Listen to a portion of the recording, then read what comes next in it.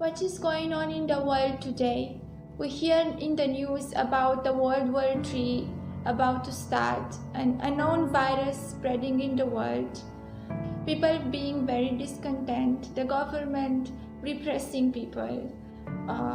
The population is so numerous, and yet most of the people live in poverty. Yet people suffer from so much loneliness and depression, and all kinds of problems and issues are happening in the world right now.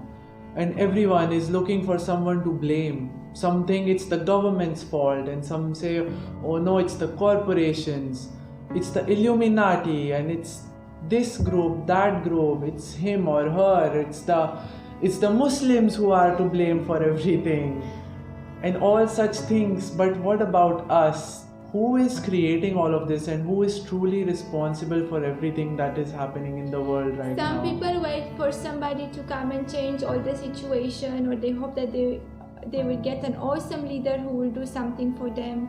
But I want to tell you that the person you are always looking for is you. Yes, you. Each one of us is responsible for the reality we are living in, because we are the creators of our own reality. As within, so without. So the outer world is a reflection of the inner world. Yes, and we as creators of our reality, all of us are co-creators, and we create based on our state of consciousness. And to be able to change the world, we need to raise our consciousness. And all that is going on in the world right now is just a manifestation of the state that the collective consciousness is in. We think that we are much more wiser than the previous generations, but I'm sure you've all heard of this saying that history repeats itself. Have you ever wondered why is that? The people who fought World War I and World War II may not be alive right now, and yet still in this time and this generation there is talks of World War III. Why is that? What is the reason? It's not the people who are to blame, who are responsible for that, but it's the state of consciousness. Those people are dead who fought World War I and II, most of them, but yet that state of consciousness that they had, we have carried forward in this time, and that's why this is repeating. And as in our existence, everything is cyclical in nature. There is day and night, birth and death, the seasons are changing, and also there are cycles and patterns of our behavior which are repeating. And that's what we are seeing in the world right now, and that's what we go through in our life as well. There are patterns of behavior that we keep on repeating again and again, and that's what we need to break. That we need to change that by breaking our patterns, by getting unidentified with the things we always identify with, by being aware, by letting go of all those things that we are not but we think we are. This is the way to change our state of consciousness. And I think one of the major issues from which everything stems out is our attachment to caste, creed, religion, nationality. We are so attached to it, and that we identify ourselves as being that. Yes. Our greatest suffering that we go through is we don't know who we are, or what we are rather.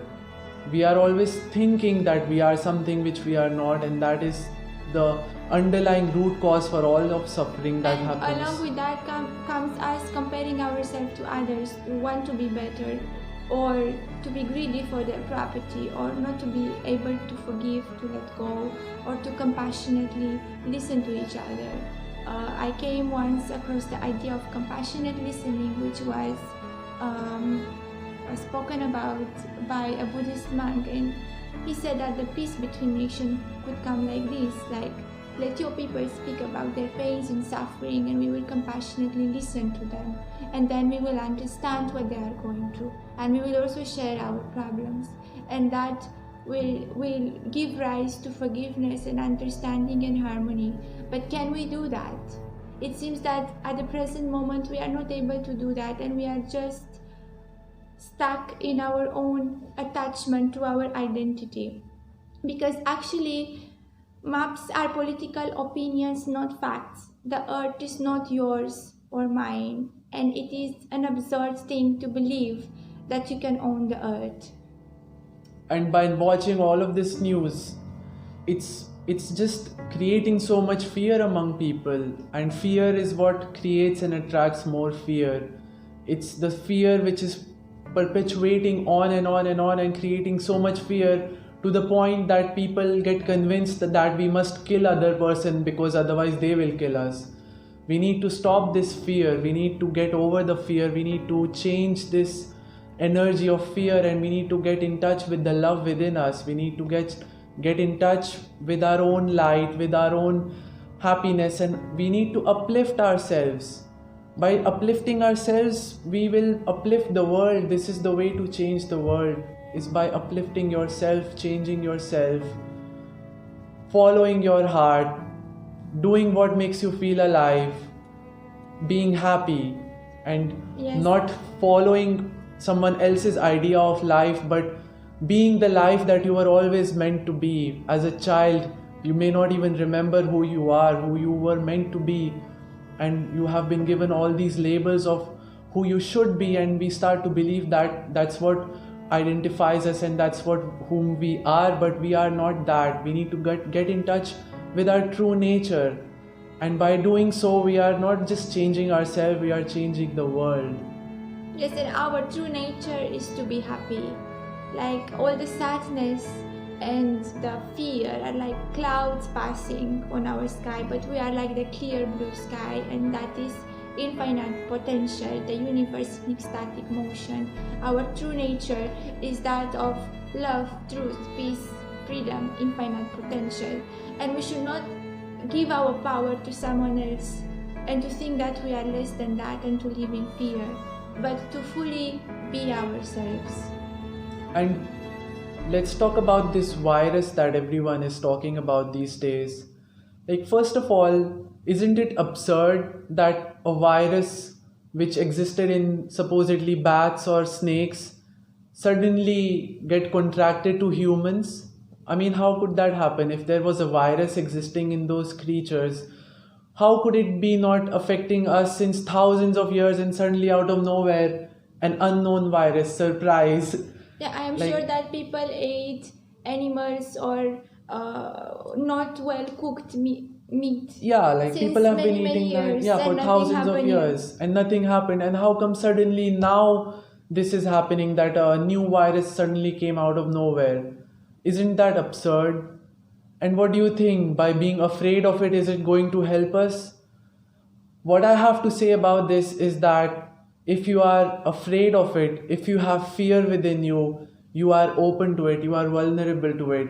It will come to you. You will attract not only that virus, you will attract all kinds of things that you should be afraid of if you carry that fear within you.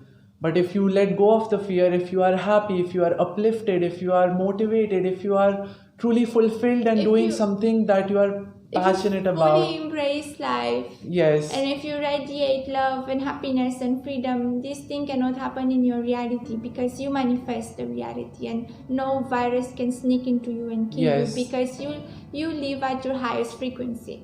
when you are at your highest state of consciousness that you can access, no virus can ever touch you, no disease can ever touch you.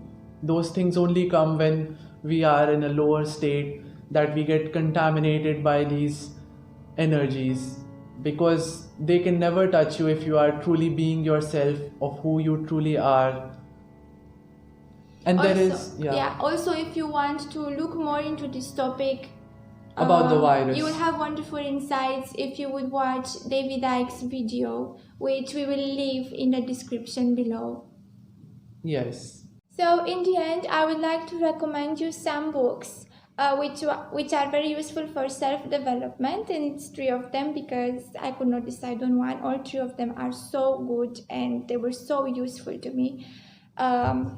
First of them is What Are You Doing With Your Life by Krishnamurti, and I'm still showing it to you, although it is in reverse, but I'm just telling you it's called What Are You Doing With Your Life. And the other two are both of them written by Eckhart Tolle, and they are well-known books. One of them is The Power of Now. So yeah, it's the famous The Power of Now, which is so beautiful. Although it has a simple title, The Power of Now, it is something that we need to understand as our infinite potential. It's something which we are always running away from, and yet it is the key, and it is what we are actually looking for. Although it sounds so absurd. And the other one is A New Earth. So let us know what you think. If you have any comments or suggestions or questions, leave them down below. Thank you for watching. Have a wonderful day. Yeah, and subscribe and be happy. Thank you. Thank you. Bye. Bye.